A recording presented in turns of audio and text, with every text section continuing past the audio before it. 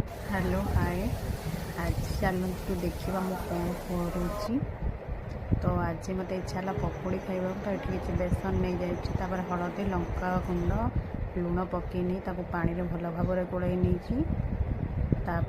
पियाज लंका आलू को भल भाव सरू सरू कर काटी नहीं भल भाव गोड़े नहीं।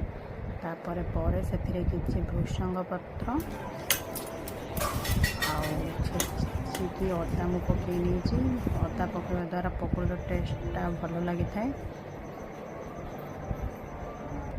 तापर एबे मु भल भाव मैरिनेट कर नहीं। गैस ऑन करी कड़ाई तेल गरम कर नहीं। एबे हमर तेल गरम हो जाइए। पकोड़ी को मु पकई नहीं देखु। एबे पकोड़ी भल भाव छाणी हो जाइए। तो एबे हमर रेडी हो गला गरम गरम पकोड़ी।